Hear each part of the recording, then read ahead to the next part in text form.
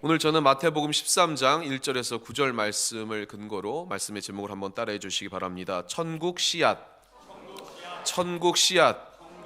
네, 이러한 제목으로 여러분과 함께 은혜 나누도록 하겠습니다. 사순절 기간입니다. 지난주에는 마태복음 12장 말씀을 통해서 제목 한번 기억이 나십니까? 안 나시죠? 네, 여러분이 잘 모르시지만 주보하 기억나십니까? 네, 주님과 보통의 하루, 그러나 특별한 의미가 있는 하루가 될 수 있는 늘 우리의 삶에 일주일에 한 번씩 찾아오는 안식일이자 주일이지만 그 주일, 그 안식일에 주님께서 여러분에게 생명과 승리를 주신다 말씀을 드렸습니다. 그 은혜를 누리기 위해서 이 자리에 나오신 줄 믿습니다. 늘 승리하시길 바랍니다. 네, 오늘은 12장 뒤에 있는 13장 말씀을 통해서 주님의 공생애 가운데 가장 강조하신 하나님 나라가 무엇인지, 주님의 비유 중에 거의 절반이 넘는 그러한 비유의 말씀을 통해서 하나님 나라를 우리가 추구하고 있는데요, 그 하나님 나라를 바라보고 있는데요, 이 하나님 나라의 의미가 어떠한지 같이 한번 씨 뿌리는 비유, 여러분이 잘 아시는 비유죠. 그 비유를 좀 배경을 통해서 좀 살펴보고 주님의 마음과 그 의도는 어디에 있는가 같이 나눠보고자 합니다. 그래서 본문의 배경을 좀 살펴보면은요, 본문이 들어가기 전에 오늘 1절에 그날이라고 되어 있습니다. 그날이라는 단어가 나오는데요, 그 날이 어떤 날이냐면 바로 오늘 본문 말씀 바로 앞에 어떤 일이 벌어졌냐면 마태복음 12장 46절에서 50절 말씀이 배경인데, 가버나움이라는 베드로의 집에 예수님이 머무셨습니다. 그런데 자신의 어머니와 형제들이 찾아왔습니다. 왜 찾아왔냐면 예수님이 집요하게 바리새인들의 공격을 받고 있었습니다. 그리고 어떻게 하면 예수님을 잡아 죽일까, 그렇게 모의하고 있는 그런 바리새인들의 모함과 그러한 모략, 그런 것들을 당하고 계셨습니다. 그리고 그 소문이 좀 억측으로 나서 예수님이 뭐 미쳤다, 정신이 이상하다, 이러한 얘기까지 들렸고, 이러다가는 잡힌다, 이러한 소문까지 들리게 되었습니다. 그래서 예수님의 부모와 형제들이 찾아와서 예수님을 이제 데리고 가려고 그렇게 주님을 만나러 왔다는 것입니다. 그런데 주님께서는 48절에 그렇게 만나러 온 자신의 형제와 어머니를 만나지 않고 뭐라고 말씀하셨냐면 누가 내 어머니이며 내 동생이냐, 이렇게 말씀을 하셨습니다. 그리고 나서 여러분이 잘 아시는 유명한 말씀 마태복음 12장 50절 말씀, 오늘 본문 말씀 바로 앞에 있는 말씀인데요, 같이 한번 합독해 보겠습니다. 시작. 누구든지 하늘에 계신 내 아버지의 뜻대로 하는 자가 내 형제요 자매요 어머니이니라 하시더라. 아멘. 이 말씀은 우리에게 감격이 되고 위로가 되는 말씀인 줄 믿습니다. 아멘. 정말 아멘이십니까? 예수님의 형제, 가족이 된다. 누가요? 우리가. 어떤 우리가요? 하나님의 말씀을 뜻대로 따르는 자, 행하는 자, 그 자가 예수님의 가족이 되는 것입니다. 이게 감격이 안 된다 그러면 여러분 오늘 다시 한번 오늘 말씀을 통해서 다시 한번 기도하실 때 이게 은혜가 되달라고 기도하셔야 됩니다. 예수님의 가족이 되는데 그거보다 더 큰 기쁨이 어디 있겠습니까? 그런데 반대급부적으로요, 이 말씀을 하시는 우리 주님의 마음을 한번 보시기 바랍니다. 주님은 사람들이 비난할 거 아니겠습니까? 지금 주님의 가족이 찾아왔는데 누가 내 형제요? 그리고 부모냐? 내 하나님 아버지의 뜻을 따르는 사람이 부모다라고 얘기하면 어떻게 보면 오해할 수가 있습니다. 자신의 형제, 부모를 지금 모른다고 하는 사람 아니냐라고 비난할 수도 있고요. 그리고 그것을 들은 어머니 마리아가 그걸 들었다고 생각해 보십시오. 얼마나 마음에 상처가 되겠습니까? 내 아들이 지금 나를 모른다 지금 하고 있지 않습니까? 그것을 아시고도 일부러 그 안타까움을 아시고도 그렇게 말씀하셨다는 것입니다. 그러한 마음을 가지고 말씀하신 그날 오늘 주님께서 비유로 우리 주님께서 가장 강조하시는 그 복음, 하나님의 나라를 비유로 지금 설명하고 계시는 것입니다. 그래서 여러분이 잘 아시는 그 비유를 그 안타까운 마음과 그리고 어떻게 보면 이 공생애에 이제 결단하는 길입니다. 이제 가족보다도 그리고 그러한 비난과 그리고 자기를 잡아 죽이려고 하는 그런 모략도 넘어서서도 해야 할 일, 오직 그 한 길만을 바라보고 나는 가겠다 결단하면서 지금 천국에 대한 이야기를 하고 계시는 것입니다. 그게 오늘 한번 따라해 주시기 바랍니다. 씨 뿌리는 비유. 씨 뿌리는 비유. 네, 그게 오늘 본문 말씀에 대한 비유입니다. 자, 그런데요, 오늘 3절 말씀 같이 한번 합독해 보겠습니다. 시작. 예수께서 비유로 여러 가지를 그들에게 말씀하여 이르시되 씨를 뿌리는 자가 뿌리러 나가서. 네, 지금 예수님이 비유로 말씀하셨습니다. 비유로, 그냥 직설적인 화법을 통해서 이야기한 것이 아니라 비유로 천국, 가장 강조하고자 하는 이 하나님 나라를 비유로 말씀하고 계시는 것입니다. 그런데 병행 본문에 보면 오늘 말씀 마태복음과 누가복음에는 그냥 바로 이어져 있지만 마가복음에는 이렇게 돼 있습니다. 예수께서 홀로 계실 때에 함께한 사람들과 12제자가 오늘 말씀하신 그 비유를 설명해 달라고 얘기를 합니다. 그러니까 지금 오늘 비유를 여러분이 잘 아시는 것처럼 이 씨 뿌리는 자의 비유 아시지 않습니까? 거기 어떤 이야기가 나오죠? 길가가 씨앗에 떨어졌다, 이 이야기가 나오고, 돌짝밭에 씨가 떨어졌다, 가시밭에도 씨가 떨어졌다, 그리고 옥토에도 씨가 떨어졌다. 이거를 천국의 비유로 말씀하시면서 그냥 설교 끝 이렇게 하신 거예요. 그러니까 당황하지 않겠습니까?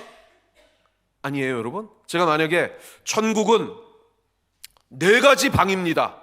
첫 번째 방은 이런 방, 두 번째 방은 세모방, 네 번째 방은 사각형방, 원뿔방 이렇게 있습니다 하고 설교를 마쳤어요. 그럼 여러분, 뭐야? 무슨 얘기야? 뭐 어쩌라는 거야? 아니, 설명을 해야 될 거 아니야, 설명을. 이러지 않겠습니까, 여러분? 그런데 우리 예수님께서는 그렇게 비유로 딱 얘기를 하시고 설교를 마치시고 홀로 가셨다는 겁니다. 그러니까 제자들이 당황해서 예수님께 물어보신 겁니다. 홀로 계실 때, 주님, 비유로 뭔가를 말씀하셨는데 뭔가 씨 얘기를 하신 것 같은데 이게 뭔 얘기입니까? 라고 했다는 것입니다. 자, 그러면 한번 따라해 주시기 바랍니다. 천국 씨앗.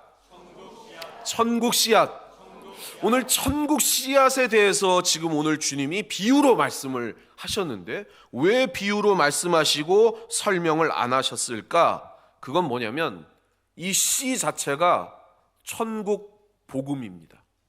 그런데 이 복음은 예수님 자신으로서 이 땅에 임한 하나님의 나라를 상징하는 것이 바로 이 씨앗을 뿌리는 비유였기 때문에 그렇다는 것입니다.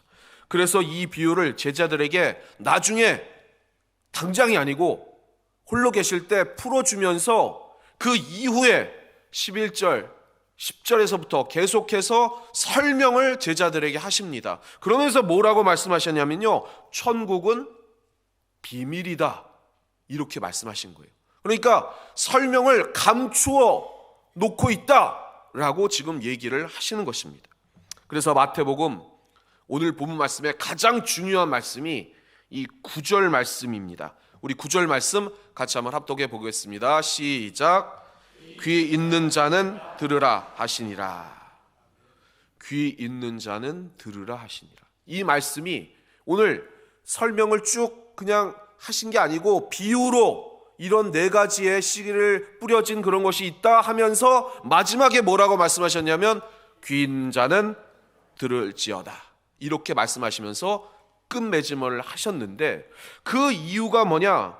1절, 2절 말씀에 보면 많은 사람이 예수님께로 찾아 나왔습니다. 예수님이 하신 기적도 보고 표적도 보고 그 산상수훈의 천국에 대한 그런 얘기도 들었습니다. 그럼에도 불구하고 여기에는 호시탐탐 기회를 노려 예수님을 잡아다가 죽이려고 하는 그러한 궁리하는 사람들도 같이 그곳에 있었다는 것입니다. 그런 사람들에게 천국은 감추어져 있는 그러한 신비라는 것입니다. 헬라어로 여기에 비밀이라고 주님이 말씀하셨는데 이건 미스테리온입니다. 그러니까 영어 성경에 비밀, 우리가 알고 있는 그 비밀, 시크릿이 아니고 신비라는 것입니다.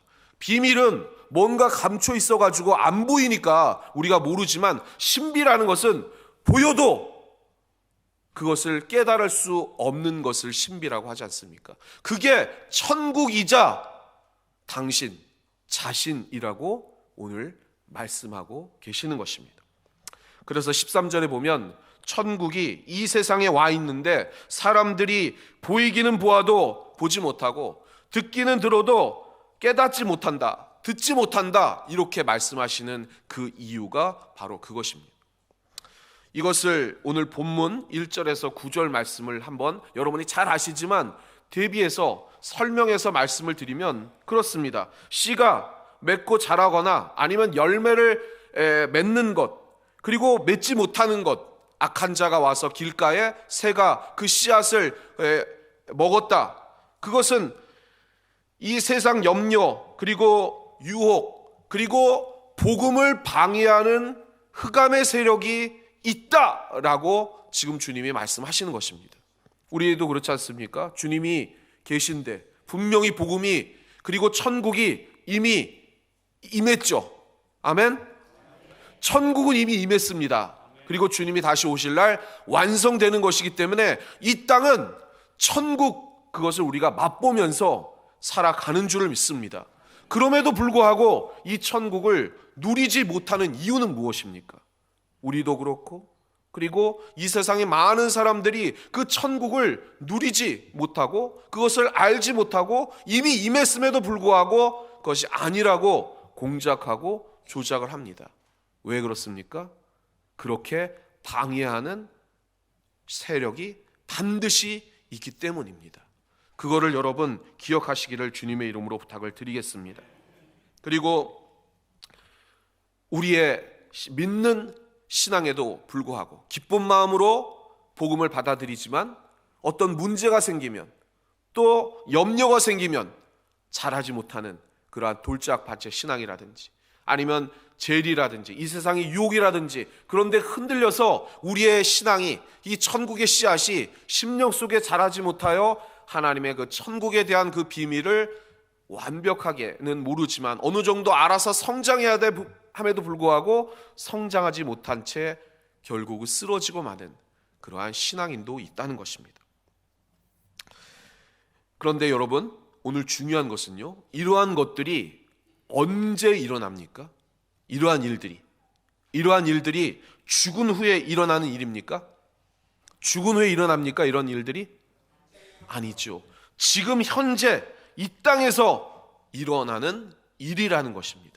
그래서 19절에서 23절에 예수님이 이 비유를 해석하시면서 그렇게 말씀하십니다. 천국이, 그 씨앗이 주님이 오셨는데 악한 자가 와서 그 마음에 뿌린 것을 빼앗는다. 그러한 것은 길가에 뿌린 것이다.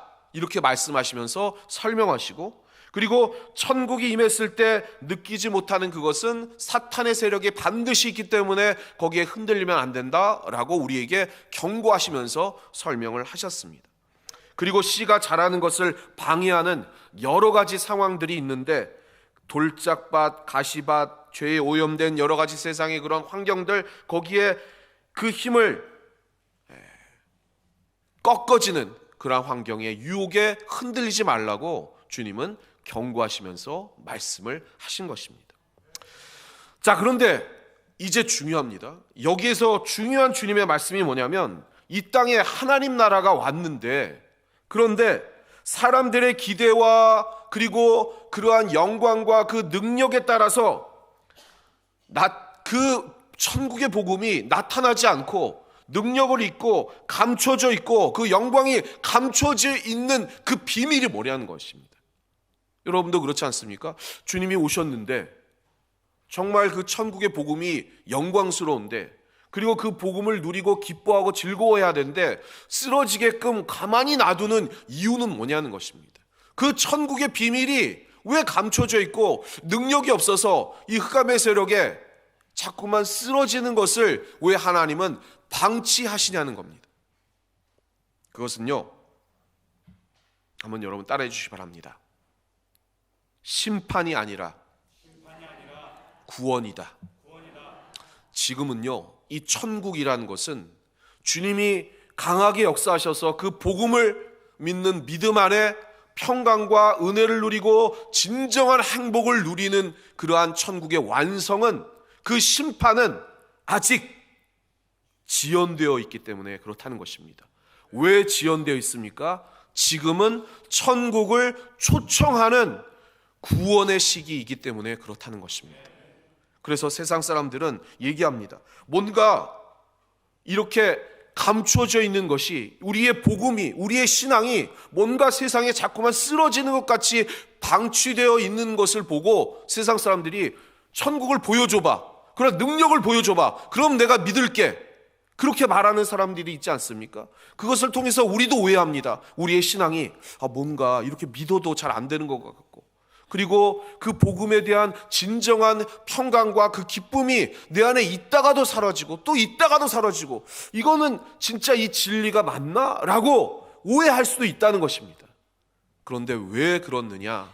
지금은 그것을, 그 능력을, 그 천국의 비밀이 감춰져 있어서 그것을 나타내는 시기가 아니라 지금은 모든 사람에게 그 천국을 초대하고 그리고 그것을 구원하려는 그 구원의 시기이기 때문에 그렇다는 것입니다. 그것을 믿으시는 여러분 되시기를 주님의 이름으로 부탁을 드리겠습니다. 그래서 주님이 오늘 본문 말씀 바로 이후에 설명을 하시면서 마태복음 13장 15절에서 16절 말씀, 이러한 말씀을 하십니다. 우리 같이 한번 합독해 보겠습니다. 이 백성들이 마음이 완악하여져서 그 귀는 듣기에 둔하고 눈은 감았으니 이는 눈으로 보고 귀로 듣고 마음으로 깨달아 돌이켜 내게 고침을 받을까 두려워함이라 하였느니라. 그러나 너희 눈은 봄으로 너희 귀는 들음으로 복이 있도다. 아멘. 이 말씀은 이사야의 말씀을 인용하신 말씀이죠. 우리 하나님께서 이사야에게 이렇게 말씀을 하시는 것입니다. 눈으로 보고 귀로 듣고 마음으로 깨달아 돌이켜 고침을 받을까 두려워함이라. 주님이 이 이스라엘 백성들에게 경고를 했음에도 불구하고 계속 완악하여져서 들리는 귀가 완고해서 안 들린다는 거예요. 그래가지고 자, 네가 복음을 증거하고 전하는데 이제 들을까봐 내가 지금 마음이 지금 아프다, 이렇게 말씀을 하시는 거예요. 그러니까 주님이 원하시는 것은 곧 다시 회개하고 돌아와야 되는데 차라리 회개하지 않는 게 좋겠다, 이런 말씀을 하시는 겁니다. 이해가 안 가시면, 만약에 우리 자녀 중에서 늘 꼴찌하는 친구가 있어요. 학교에서 30명 있으면 29등 30등을 도맡아서 해요. 그래가지고 좀 공부 좀 해라, 좀 이제 제대로 좀 살아야 될 거 아니겠냐, 이렇게 얘기를 하는데 갑자기 이 친구가 제가 다음 달엔 1등을 하겠습니다, 이렇게 얘기를 하는 거예요. 그런데 이 부모가 야, 네가 1등을 하면 내 손에 장을 찢을 거야, 이렇게 말은 한다면 부모가 원하는 게 장을 지지는 걸 원하는 겁니까? 아니면 1등을 하길 원하는 겁니까? 열심히 공부하는 걸 원하는, 그것을 원하는 겁니까? 뭐죠? 부모의 마음은 열심히 공부해서 정말 1등을 했으면 좋겠다, 그런 마음이 있는 것 아니겠습니까? 말로는 그렇게 해도 우리 주님이, 우리 하나님이 너무 계속해서 경고해도 이 천국에 대한, 하나님의 복음에 대한 그러한 말씀에 돌이키지 않는 이스라엘 백성들에게 네가 내려가서 얘기를 할 때 그 얘기를 듣고 다시 회개할까 내가 두렵다라고 말씀하신 것을 인용하시면서 우리 주님이 말씀하신 겁니다. 지금 이렇게 얘기를 해도 내가 천국, 아니 하나님으로 이 자리에 와서 복음을 증거하고 있는데 호시탐탐 그 복음을 왜곡하고 나를 핍박하고 나를 못 바꾸려고 하는 그 사람들에게 완고해져서 들리지 않는 그 복음이 그러나 너희들에게는 들리니 너희들은 복이 있다. 이렇게 말씀하신 것입니다. 우리도 그 복음을 보는 사람인 줄 믿습니다. 그 복음을 믿는 사람인 줄 믿습니다. 그래서 우리는 그 천국 복음을 받아들이는 복되고 귀한 존재인 줄 믿습니다. 그래서 오늘 이 자리에 복된 존재로 여러분이 나와 계신 줄 믿습니다. 우리가 믿는 이것을 구약의 선지자들이나 의인들은 누리지 못했습니다. 이 복을 누리지 못했습니다. 왜 그렇습니까? 예수님이 아직 오시지 않은 때였기 때문입니다. 그러나 주님이 이제 임재하시고 천국이 이루어지었고 완성되진 않았지만 주님과 함께 동행하는 여러분과 저는 복이 있는 줄 믿습니다. 귀가 열려져 있기 때문입니다.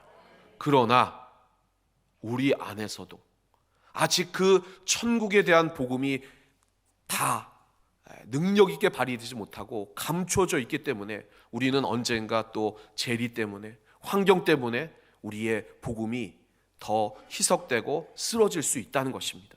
그것에 대한 경고의 말씀을 오늘 받으시기를 주님의 이름으로 부탁을 드리겠습니다.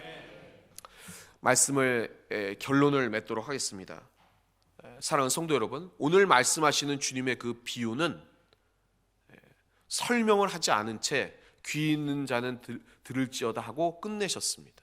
그리고 그 복음을 받아들이는 소수에게만 그 복음을 설명하셨습니다.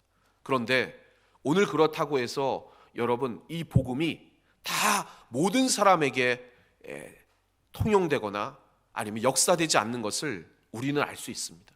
우리는 언젠가 옥토였다가 그 밭을 가만히 놔두지 않으면 가시밭이 되고 돌짝밭이 되고 더 굳어져서 그 돌이 계속 쌓이면 길가밭이 돼서 아예 그 복음을 잃어버리는 일까지 벌어지는 것을 우리가 숱하게 많이 봐왔습니다.